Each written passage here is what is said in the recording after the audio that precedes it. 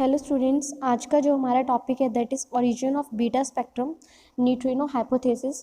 अभी तक हमने अपने प्रीवियस लेक्चर के अंदर एनर्जेटिक्स ऑफ अल्फ़ा डीके हमने डिस्कस किया। आज हम क्या करेंगे, बीटा रे स्पेक्ट्रम हम स्टडी करेंगे।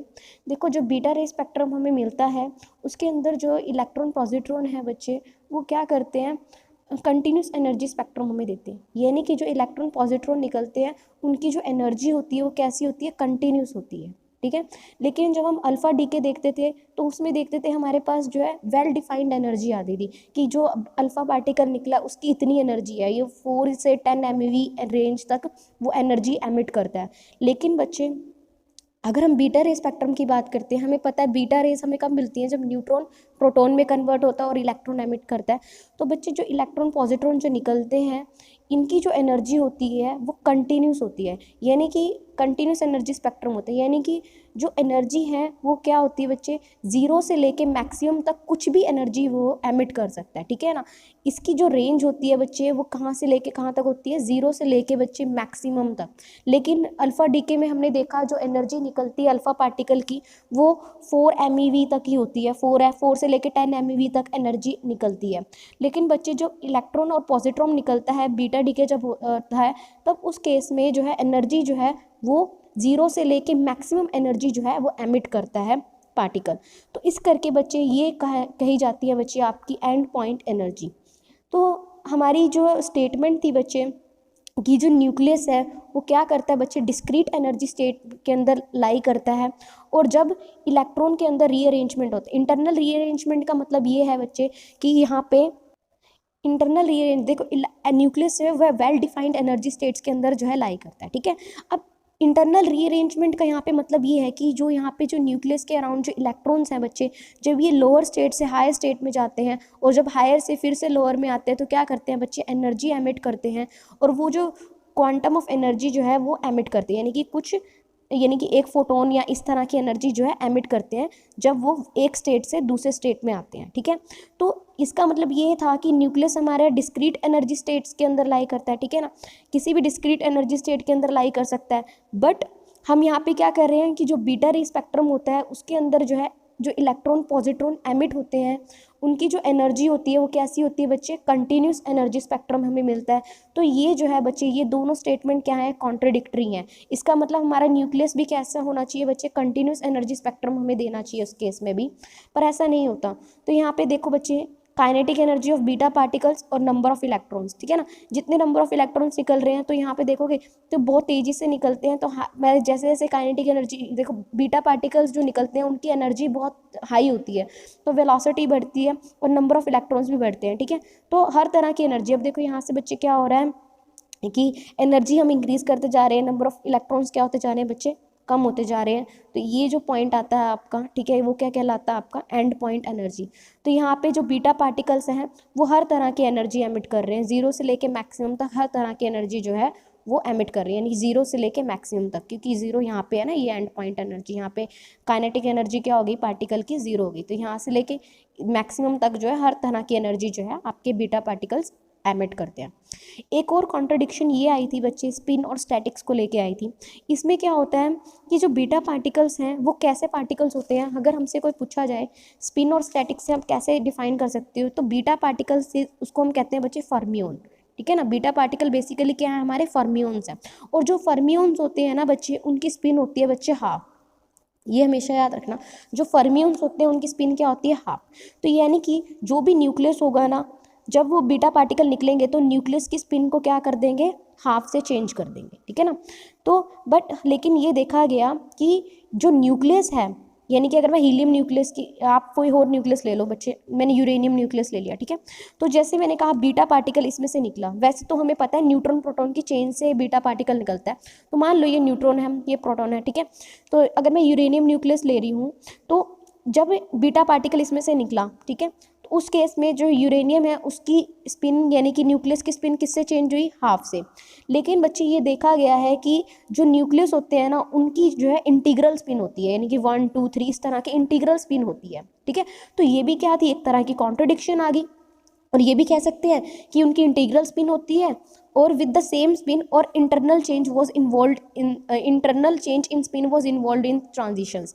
तो यहाँ पे ये कह रखा है कि या तो उनकी एक तो न्यूक्लियाई जो है उनकी इंटीग्रल स्पिन होती है, या तो वो सेम स्पिन में रहते हैं जब भी कोई पार्टिकल निकलता है, या फिर अगर कुछ चेंजेस आते हैं, अगर कोई ट्रांजिशन होती है लोअर स्टेट से हायर स्टेट में, यानी कि एक्साइटेड न्यूक्लियस जब लोअर स्टेट में आता है तो उस केस में बच्चे क्या करता है, चेंज आता है, ठीक है, न्यूक्लियर स्पिन के अंदर।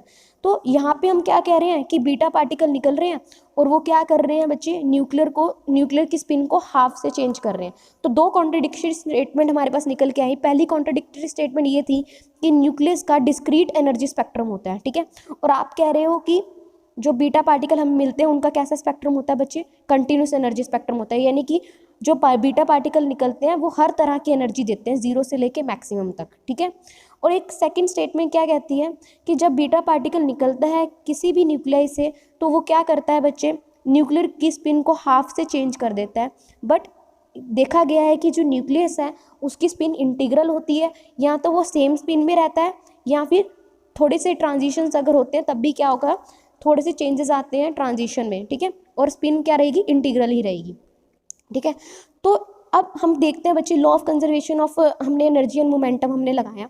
मान लो ये कोई x A Z, this is your parent nuclei, इसने क्या किया बच्चे, वाई ए जेड प्लस 1 और एक इलेक्ट्रॉन एमिट किया, ठीक है। तो यहाँ पे बच्चे जब इलेक्ट्रॉन निकलेगा, ये जीरो है, ई माइनस है, -1 का मतलब यहाँ पे क्या हो जाएगा, जेड प्लस 1, क्योंकि देखो जेड प्लस 1 -1 क्या आ जाएगा, जेड, ठीक है।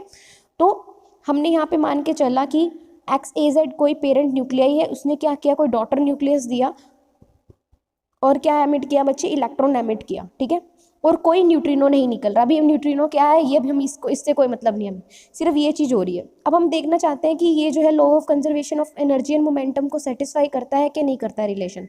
तो हमने मान के चला बच्चे कि जो अल्फा डीके होता है बच्चे, that is two body problem. दो बॉडी प्रॉब्लम का मतलब यहाँ पे ये है बच्चे कि अगर हमारा अल्फा पार्टिकल क्या होता था, एक्स ए जेड वाई ए -4 जेड -2, और यहाँ पे क्या निकलता था बच्चे, हीलियम 24 और क्यू अल्फा जो डिसइंटीग्रेशन एनर्जी है, ठीक है।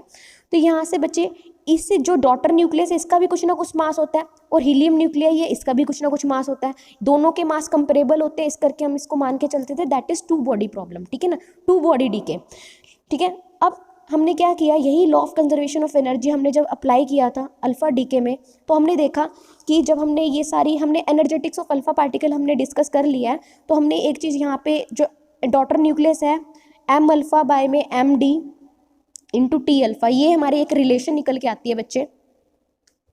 तो ये रिलेशन निकल के आती है, जब हमने इसकी law of conservation of energy and momentum लगाया था तो हमारे पास एक रिलेशन निकल के आई थी, जो काइनेटिक एनर्जी डॉटर न्यूक्लियस लेके निकल रहा है वो क्या है, एम अल्फा, यानी कि मास ऑफ अल्फा पार्टिकल और मास ऑफ डॉटर न्यूक्लियस के ऊपर डिपेंड कर रहा है, और kinetic energy of alpha particle के ऊपर डिपेंड कर रहा है। और हम ये भी कह सकते हैं जो अल्फा पार्टिकल जिस एनर्जी से निकल रहा है वो क्या है बच्चे, वेल डिफाइंड है, ठीक है। तो अब हमने यही चीज़ जो है इसके अंदर हमने ये देखा कि जो काइनेटिक एनर्जी है वो किसके ऊपर डिपेंड कर रही है, डॉटर न्यूक्लियस के ऊपर, पेरेंट न्यूक्लियस के मास के ऊपर, ठीक है, और अल्फा पार्टिकल के ऊपर, ठीक है, इनके ऊपर जो है डिपेंड कर रही है, ठीक है।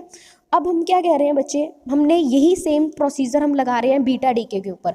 हम ना law of conservation of energy हम बीटा डीके पे लगा रहे हैं, और हम ये कह रहे हैं कि ये डॉटर न्यूक्लियस और इलेक्ट्रॉन निकल रहे हैं, ये भी क्या है, इनका वेल डिफाइंड एक मास है, यानी कि हम टू बॉडी प्रोसेस हम इसमें भी कंसिडर करके चल रहे हैं, यानी कि जो भी इलेक्ट्रॉन निकलेगा इसका मतलब ये होगा कि उसकी भी क्या होगी, वेल डिफाइंड एनर्जी होगी। यहाँ पे हमारे पास क्या था, जो अल्फा पार्टिकल निकलेगा उसकी क्या होगी बच्चे, वेल डिफाइंड एनर्जी होगी। ऐसे ही इसको टू बॉडी प्रॉब्लम ले रहे हैं, तो इलेक्ट्रॉन जब एमिट होगा तो उसकी भी क्या होगी बच्चे, वेल डिफाइंड एनर्जी होगी, ठीक है। तो लेकिन एक्सपेरिमेंटली ये देखा गया कि इलेक्ट्रॉन जो है वो मोनो एनर्जेटिक नहीं है, उनकी सबकी एनर्जी जो है सेम नहीं आती, ठीक है। तो इलेक्ट्रॉन्स जो भी निकलते हैं उनकी एनर्जी सबकी सेम नहीं होती, ठीक है ना, मोनो एनर्जेटिक मतलब सेम एनर्जी। तो their kinetic energy so absorbed was consistent with the energy obtained assuming the beta decay reaction to be, अब यानी कि जो मैक्सिमम काइनेटिक एनर्जी हमारे पास आती थी, ठीक है, वो क्या थी, जब हमने ये मान के चलते थे ना कि बीटा डीके जो है टू बॉडी प्रोसेस है, ठीक है, तब हमें क्या मिल रही थी बच्चे, मैक्सिमम काइनेटिक एनर्जी हमें मिली, ठीक है ना। तो मैक्सिमम काइनेटिक एनर्जी जो आई और हमने जब ये मान के चला बीटा डीके जो है वो टू बॉडी प्रोसेस है, तो वहाँ से जो हमने एनर्जी निकाली तो दोनों क्या थी, सेम आई। तो हमने ये देखा कि जो इलेक्ट्रॉन्स हैं, ठीक है, उनकी एनर्जी जो है लेस देन, अगर हम TE मैक्सिमम लेके चलें तो अगर ज़्यादा से ज़्यादा मैक्सिमम जो इलेक्ट्रॉन्स होंगे ना, मोस्टली इलेक्ट्रॉन्स होंगे, उनकी एनर्जी जो है मैक्सिमम काइनेटिक एनर्जी से कम होती है। और वो किस रेंज में लाई करती है, 0 से TE मैक्सिमम। यानी कि जो भी इलेक्ट्रॉन्स एमिट हो रहे हैं बच्चे, उनकी जो एनर्जी है वो किस रेंज में लाई कर रही है, जो भी इलेक्ट्रॉन एमिट हो रहे हैं, या तो उनकी एनर्जी बहुत कम है 0, या फिर कहाँ तक मैक्सिमम, कहाँ तक जा रही है, TE मैक्सिमम तक। तो ये जो डिस्ट्रीब्यूशन था एनर्जी का, वो टू बॉडी रिएक्शन से एक्सप्लेन नहीं हो पाया था। तो इसकी वजह से क्या हो गया था कि हमारी जो law of conservation of energy है, जो ये मान के चलती है कि ये दोनों जो है टू बॉडी प्रोसेस मान के चलती है, तो वो जो है उसकी वैलिडिटी के ऊपर जो है फिजिक्स ने क्वेश्चन उठाया कि ऐसा कैसे आप कह रहे हो कि ये law of conservation of energy और मोमेंटम को वैलिड मानता है। यानी कि जो भी इलेक्ट्रॉन निकल रहे हैं उनकी एक रेंज, एक तो वो मोनो एनर्जेटिक नहीं है, लेकिन जो अल्फा पार्टिकल्स निकलते थे वो कैसे होते थे, मोनो एनर्जेटिक, सबकी एनर्जी सेम सेम हुआ करती थी। लेकिन यहाँ पे बच्चे जो इलेक्ट्रॉन है उनकी एनर्जी सेम नहीं है, और उनकी जो मैक्सिमम काइनेटिक एनर्जी जो ऑब्जॉर्ब हो रही है, ठीक है, वो हम कब हो रही है, जब हम टू बॉडी टाइप लेके चल रहे हैं। और लेकिन देखा गया कि बहुत सारे इलेक्ट्रॉन्स हैं, उनकी एनर्जी जो है TE मैक्सिमम से कम है, और वो एक रेंज है उनकी जिसके अंदर जो है मैक्सिमम इलेक्ट्रॉन्स की एनर्जी लाई कर रही है, दैट इज़ 0 से TE मैक्सिमम, ठीक है। तो ये जो है टू बॉडी रिएक्शन से एक्सप्लेन नहीं हो पाया। तो उस केस में बच्चे हमारे पास further law of conservation of momentum को एक्सप्लेन करने के लिए बच्चे एक अल्फा बीटा डीके हमने यहाँ पे किया हुआ है, एक हमने रिएक्शन कंसीडर करी है, ठीक है। वो क्या है बच्चे, बी बोरोन, यानी कि ये जो बोरोन न्यूक्लियस है ये क्या दे रहा है बच्चे, कार्बन न्यूक्लियस दे रहा है और इलेक्ट्रॉन एमिट कर रहा है, ठीक है। तो जो B12 है ना बच्चे, याद रखना जिसका मास नंबर इवन होता है और एटॉमिक नंबर हमारे पास क्या होता है बच्चे, ऑड होता है, तो उस केस में बच्चे जो स्पिन होती है ना वो ऑड होती है, ठीक है ना, 1, ठीक है, और इंटीग्रल होती है बेसिकली। और जो even mass number, even he आपका प्रोटॉन है, इवन न्यूट्रॉन है, ठीक है। ये चीज़ याद रखना, इवन प्रोटॉन इवन न्यूट्रॉन, उस केस में जो इंटीग्रल स्पिन है जैसे 12C6 है, इवन प्रोटॉन है इवन ही न्यूट्रॉन है, 6 आपका प्रोटॉन है और 12 - 6 वो भी न्यूट्रॉन है, तो उस केस में जो इंटीग्रल स्पिन होती है ना बच्चे वो 0 होती है। ये कुछ चीज़ें आपको लर्न होनी चाहिए, ठीक है। ऐसी जहाँ पे मैंने कहा इवन आपका आपका क्या कह सकते हैं यहाँ पे, इवन आपका न्यूट्रॉन है, प्रोटॉन क्या है, ओड है, ओड क्या है, प्रोटॉन है, तो उस केस में इंटीग्रल स्पिन होती है, तो 1 है उसकी स्पिन, ठीक है। ऐसी इलेक्ट्रॉन की स्पिन हाफ होती है, ये तो सबको पता ही है, ठीक है। तो यहाँ से बच्चे हमारे पास क्या आ जाएगा, जो टोटल एंगुलर मोमेंटम अगर मैं निकालूँ, तो टोटल एंगुलर मोमेंटम की अगर मैं बात करूँ, बोरोन की स्पिन कितनी है, 1, ठीक है। कार्बन की स्पिन कितनी है बच्चे, 0, और इलेक्ट्रॉन की स्पिन क्या है, हाफ। तो बच्चे law of conservation of energy and momentum में अगर लगाऊं तो left hand side should be equal to right hand side, यानी कि स्पिन एंगुलर मोमेंटम की अगर मैं बात करूं तो उस केस में जो integral spin left hand side है that should be equal to right hand side वाली। तो यहाँ पे क्या हो रहा है, 1 इज नॉट इक्वल टू 1/2, यानी कि स्पिन एंगुलर मोमेंटम कंजर्व नहीं है, तो इस करके जो है ये रिएक्शन जो है वो पॉसिबल नहीं है, ठीक है।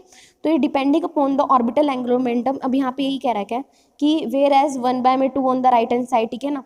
तो द इनिशियल एंगुलर मोमेंटम जो है हाफ इंटीग्रल है, that is not equal to final, ये इनिशियल है और फाइनल दोनों इक्वल नहीं है, ठीक है। तो इस करके जो है ये रिएक्शन जो है दैट इज नॉट वैलिड, ठीक है ना। ये रिएक्शन जो है स्पिन एंगुलर मोमेंटम आप ये कह सकते हैं, या फिर एंगुलर मोमेंटम की अगर मैं बात करूँ तो वो कंजर्व नहीं रह रहा है इस रिएक्शन में, ठीक है ना। तो ये रिएक्शन पॉसिबल नहीं है।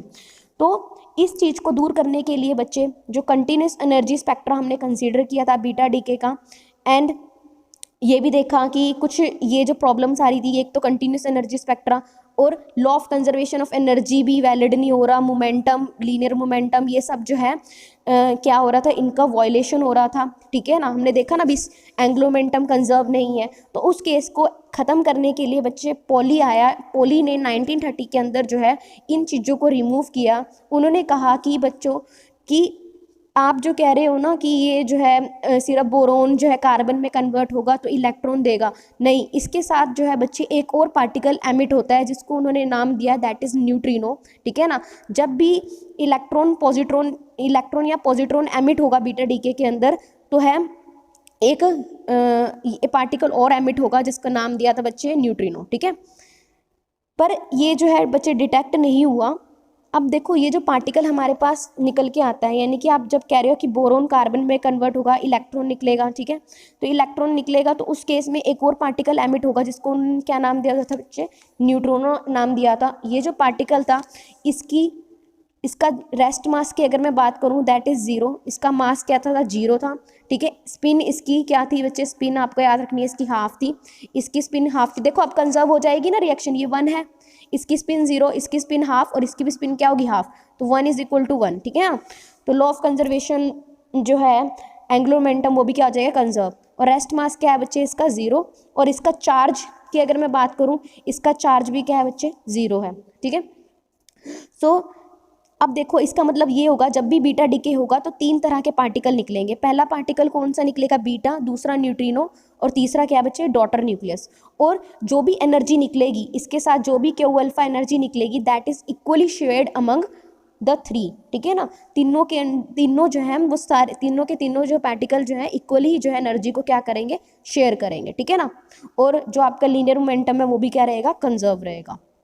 अब न्यूट्रिनो भी कुछ एनर्जी लेके जाएगा, और हम ये कि क्या के चल रहे हैं, 10 energy of the beta particle is always less than it would have had if the decay were two body 1। मतलब यहाँ पे क्या कह रखा है बच्चे कि जो न्यूट्रिनो अगर कुछ एनर्जी लेके जाएगा तो यहाँ पे जो एनर्जी होगी बीटा पार्टिकल की, ठीक है, कम होगी अगर हम ये जो है डीके को 2 बॉडी ना मान के 1 बॉडी अगर मान के चलते हैं, ठीक है ना। तो यहाँ से बच्चे एक पॉइंट ये भी है कि न्यूट्रिनो जो है जो एनर्जी लेके जाएगा उसके पास भी कुछ ना कुछ एनर्जी होगी, ठीक है। उसको उन्होंने कहा है बच्चे डिसइंटीग्रेशन एनर्जी, ठीक है ना। जो न्यूट्रिनो जो है कुछ एनर्जी उसके पास अवेलेबल होगी उसको हम कहेंगे बच्चे डिसइंटीग्रेशन एनर्जी। और energy left at the disposal of beta particle will be different from E for each disintegration. तो यहाँ पे ये कह रखा है कि जो एनर्जी निकलेगी, ठीक है ना, बीटा पार्टिकल का जब भी डीके होगा वो हर डिसइंटीग्रेशन के लिए डिफरेंट होगा, ठीक है ना। और यहाँ पे क्या कह रखा है, बीटा पार्टिकल की जो है उसकी सारी पॉसिबल एनर्जीज हो सकती हैं, ठीक है, 0 से लेके मैक्सिमम तक, ठीक है। जब भी वो निकलेगा, जब भी कोई बीटा पार्टिकल निकलेगा तो उसकी एनर्जी जो है 0 से लेके मैक्सिमम तक लाई करेगी। और law of conservation of energy क्या कहती है कि ई बीटा प्लस में E neutrino should be equal to E B maximum. तो यहाँ से बच्चे क्या हो जाएगा, ई बीटा और यानी बीटा पार्टिकल जो निकलेगा प्लस न्यूट्रिनो की जो एनर्जी होगी वो किसके इक्वल होगी बच्चे, आपकी मैक्सिमम काइनेटिक एनर्जी, किसकी, जो पेरेंट न्यूक्लियस आप ये भी बोल सकते हैं। यहाँ पे ये बोरोन दिया हुआ है, ठीक है ना। तो यानी कि जो बोरोन की एनर्जी होगी ना उसकी मैक्सिमम होगी, मैक्सिमम बोरोन की एनर्जी किसके इक्वल होगी बच्चे, जो आपकी कार्बन की एनर्जी होगी या फिर आप कह सकते हैं इलेक्ट्रॉन की एनर्जी प्लस आपकी न्यूट्रिनो की एनर्जी, ठीक है ना। तो ये जो हाइपोथेसिस थी इसने ये बोला था the hypothesis of simultaneous emission of neutrino along with beta particle account for the। अब देखो बच्चे ये जो हाइपोथेसिस बेसिकली आप ये बोल सकते हो थ्योरी, ठीक है ना। जो ये थ्योरी थी, ठीक है, उसने क्या किया था, एक्सप्लेन कर दिया था कंटिन्यूस एनर्जी स्पेक्ट्रम का, ठीक है ना। बीटा पार्टिकल की एनर्जी जो हमारे पास आ रहा था कंटिन्यूस एनर्जी स्पेक्ट्रम था उसको अच्छे से एक्सप्लेन कर दिया था, ठीक है ना। तो यानी कि ये जो था जो न्यूट्रिनो निकल रहा था बीटा पार्टिकल के साथ, तो उन्होंने जो है कंटिन्यूस एनर्जी स्पेक्ट्रम को इजीली एक्सप्लेन कर दिया था। इंटीग्रल हाफ इंटीग्रल स्पिन मैंने आपको बोला है न्यूट्रिनो की होती है, तो एंगुलर मोमेंटम भी क्या था, कंजर्व हो गया था। और एक्सपेरिमेंट एविडेंस से ये भी पता चला कि जो न्यूट्रिनो है वो डिस्कवर हो चुका है, पहले डिटेक्ट नहीं हुआ था पर अब डिस्कवर हो चुका है 1956 के अंदर, ठीक है ना। और इस करके जो है इसकी जो वैलिडिटी है ऑफ न्यूट्रिनो और यानी कि जो हमने थ्योरी दी थी ना इसको एक्सपेरिमेंटली भी अब क्या कर लिया गया बच्चे, डिटरमाइन कर लिया गया। न्यूट्रिनो हाइपोथेसिस बच्चे याद रखना, एक वर्ड हम यूज़ करते हैं हाइपोथेसिस और एक वर्ड हम यूज़ करते हैं बच्चे एम्पेरिकल। तो हाइपोथेसिस बेसिकली थ्योरी जिसका भी प्रूफ नहीं होता, ठीक है ना, जिसका भी एक्सपेरिमेंटल प्रूफ नहीं है, ठीक है ना। हम अपनी एजम्पशंस लेते हैं कि ये निकला होगा, ये होगा, ठीक है। जैसे कि जब ये कंजर्व नहीं हो रही थी रिएक्शंस तो उन्होंने प्रूफ दिया था, उन्होंने कहा था कि ये चीज़ निकल सकती है, ठीक है ना। अब लेकिन अब क्या होता है एम्पेरिकल में, क्या होता है बच्चे, जो हमारे पास हम एक्सपेरिमेंट परफॉर्म करते हैं फिर उससे ऑब्जर्वेशंस लेते हैं, ठीक है ना, दैट इज एम्पेरिकल। तो यहाँ से बच्चे टाइप्स ऑफ बीटा डीके हमारे पास क्या है, ठीक है ना। जो लाइट पार्टिकल जो है यानी कि इलेक्ट्रॉन के साथ जो है जब भी रेडियो एक्टिव सोर्स में से इलेक्ट्रॉन निकलते हैं, ठीक है, और यानी कि जो बीटा पार्टिकल्स निकलते हैं वो क्या होते हैं बच्चे, डिफ्लेक्ट होते हैं जब हम मैग्नेटिक फील्ड अप्लाई करते हैं परपेंडिकुलर डायरेक्शन में, ठीक है ना। इस करके इसको बीटा रेडिएशन भी कहा जाता है, ठीक है ना। They are that was strongly deflected relative to alpha particle by, तो ऑफ कोर्स की ये बात है कि जब भी कोई रेडियोएक्टिव सोर्स में से बीटा पार्टिकल निकलेंगे that is also deflected by perpendicular magnetic field. इस करके ये जो है नाम दिया गया था इसको बीटा रेडिएशन, ठीक है। और 3 तरह के जो हैं बीटा डीके के मोड होते हैं। पहला है बच्चे आपको कहा जाएगा बीटा नेगेटिव, जिसको हम कहते हैं नेगेट्रॉन। उसके बाद है बच्चे आपका बीटा पॉजिटिव, जिसको हम कहते हैं पॉजिट्रॉन। और last one is your electron capture. अब देखो बीटा नेगेटिव में क्या होता है, न्यूट्रॉन प्रोटॉन में कन्वर्ट होता है और क्या देता है बच्चे, इलेक्ट्रॉन निकालता है, ठीक है। और क्या निकलता है, anti neutrino. This is the sign of anti neutrino, जहाँ पे बार आ गया। ऐसे ही प्रोटॉन जब न्यूट्रॉन में कन्वर्ट होगा तो इलेक्ट्रॉन क्या होगा, पॉजिट्रॉन निकलेगा प्लस क्या होगा, न्यूट्रिनो निकलेगा। ऐसे ही बच्चे प्रोटॉन जो है एक इलेक्ट्रॉन लेगा और क्या निकालेगा, न्यूट्रॉन निकालेगा, और क्या निकलेगा बच्चे, न्यूट्रिनो निकलेगा। अब देखो बच्चे तीनों प्रोसेस को बता रखा है कि इलेक्ट्रॉन एमिशन कब होगा। इलेक्ट्रॉन एमिशन जो है बहुत कॉमन है दोनों बीटा डीके के प्रोसेस के अंदर। देखो इलेक्ट्रॉन एमिशन में क्या होगा, जो डॉटर न्यूक्लियस होगा उसका सेम क्या होगा बच्चे, मास नंबर होगा, लेकिन एटॉमिक नंबर जो है दैट इज ग्रेटर देन 1, ठीक है ना। देखो जब इलेक्ट्रॉन निकलेगा तो उस केस में जो है पेरेंट न्यूक्लियस और डॉटर न्यूक्लियस का सेम तो मास नंबर होगा, पर उसका जो है आपका क्या कह सकते हैं, एटॉमिक नंबर पेरेंट न्यूक्लियस से एक बढ़ जाएगा डॉटर न्यूक्लियस का, ठीक है। तो हम कहेंगे कि इलेक्ट्रॉन एमिशन हुआ, इलेक्ट्रॉन निकला है, ठीक है ना। यानी कि जब भी न्यूट्रॉन से प्रोटॉन बनेगा तो हमें क्या मिलेगा बच्चे, एक तो एंटी न्यूट्रिनो निकलेगा और हमें क्या मिलेगा, इलेक्ट्रॉन निकलेगा, ठीक है ना। ऐसी पॉजिट्रॉन एमिशन में क्या होगा, मास नंबर तो सेम रहेगा लेकिन जो एटॉमिक नंबर है दैट इज रिड्यूस बाय 1, ठीक है ना। यहाँ पे देखो बच्चे मास नंबर तो सेम रहेगा लेकिन एटॉमिक नंबर क्या हो जाएगा बच्चे, 1 से कम हो जाएगा, ठीक है। और एक और पार्टिकल निकलेगा जिसको हम क्या कहेंगे बच्चे, न्यूट्रिनो, ठीक है। और ये कब होता है, पॉजिट्रॉन एमिशन कब होगा, जब प्रोटॉन से न्यूट्रॉन बनेगा। और तीसरे प्रोसेस में क्या होगा बच्चे, ऑर्बिटल इलेक्ट्रॉन कैप्चर। इसमें क्या होता है बच्चे, जब न्यूट्रॉन से प्रोटॉन की रेशो कम होती है, ठीक है ना। यानी कि मान लो 5 न्यूट्रॉन है और 10 प्रोटॉन है, ठीक है ना। तो जब न्यूट्रॉन प्रोटॉन रेशो जब कम होएगी तो उस केस में बच्चे क्या होगा कि जो प्रोटॉन है वो क्या करेगा, न्यूट्रॉन में कन्वर्ट होने के लिए, जो प्रोटॉन है न्यूट्रॉन में, यानी कि न्यूट्रॉन से प्रोटॉन की रेशो अगर कम है तो न्यूट्रॉन जो है प्रोटॉन में कन्वर्ट होने, प्रोटॉन जो है न्यूट्रॉन में कन्वर्ट होने के लिए क्या करेगा, एक तो पॉजिट्रॉन निकालेगा, ठीक है ना, और एक क्या निकालेगा, electrons are captured by the nucleus from the closest shell. अब पता क्या होगा बच्चे, जैसे प्रोटॉन है उसको किस में कन्वर्ट होना है बच्चे, न्यूट्रॉन में कन्वर्ट होना है। तो ये क्या करेगा, इलेक्ट्रॉन जो है ना न्यूक्लियस के यानी कि के शेल्स में से ना इलेक्ट्रॉन को कैप्चर कर लेगा, निकाल लेगा आप कह सकते हो, ठीक है ना। क्लोजेस्ट शेल में से इलेक्ट्रॉन को निकाल लेगा, कैप्चर कर लेगा, और क्या करेगा बच्चे, प्रोटॉन न्यूट्रॉन में कन्वर्ट हो जाएगा और क्या एमिट करेगा, पॉजिट्रॉन एमिट करेगा, ठीक है। तो यहाँ पे ये कह रखा है कि which combine immediately with the proton to form neutron, ठीक है ना। तो यहाँ पे यही कह रखा है कि इलेक्ट्रॉन जो है, न्यूक्लियस जो है इलेक्ट्रॉन जो है क्लोजेस्ट शेल में से निकाल लेगा और जो कि प्रोटॉन के साथ कंबाइन होकर हमें क्या दे देगा बच्चे, न्यूट्रॉन दे देगा। तो यहाँ पे ये कह रखा है कि न्यूक्लियस ने इलेक्ट्रॉन को कैप्चर किया के शेल में से, ठीक है ना, और वो प्रोटॉन के साथ इमीडिएटली कंबाइन हो गया और उसने क्या दे दिया, न्यूट्रिनो प्लस न्यूट्रॉन, ठीक है। तो ये जो है इसमें भी वही सेम मास नंबर होता है लेकिन एटॉमिक नंबर 1 से कम हो जाता है। यहाँ पे भी एग्जांपल दिया हुआ है, देखो बच्चे कि ये जो न्यूक्लियस है इसने क्या किया, इलेक्ट्रॉन को कैप्चर किया और ये हमें दिया, ठीक है ना। तो यहाँ पे मास नंबर जो है सेम रहा लेकिन एटॉमिक नंबर रिड्यूसेस बाय 1, ठीक है। तो यहाँ पे यही कह रखा है कि जब भी कोई ऐसा डीके होता है उसके अंदर जो है Z+1 में कन्वर्ट हो जाता है। जब बीटा नेगेटिव डीके होता है, बीटा पॉजिटिव डीके में क्या होता है, Z जो है Z-1 में कन्वर्ट हो जाएगा। और इलेक्ट्रॉन कैप्चर में भी यही होता है, ठीक है ना, कि एटॉमिक नंबर रिड्यूसेस बाय 1। तो 3 तरह के प्रोसेस को डायग्रामेटिकली अच्छी तरह से दिखा रखा है इन लोगों ने। तो ये भी देख लेना कि देखो बच्चे 4 प्रोटॉन थे, 5 न्यूट्रॉन थे। जब इलेक्ट्रॉन हुआ, मैंने आपको क्या बोला है बच्चे कि जब इलेक्ट्रॉन होगा तो Z इंक्रीजेस बाय 1, ठीक है ना। तो यहाँ पे प्रोटॉन किससे इंक्रीज हो जाएगा, 5p से, ठीक है, प्लस एंटी न्यूट्रिनो।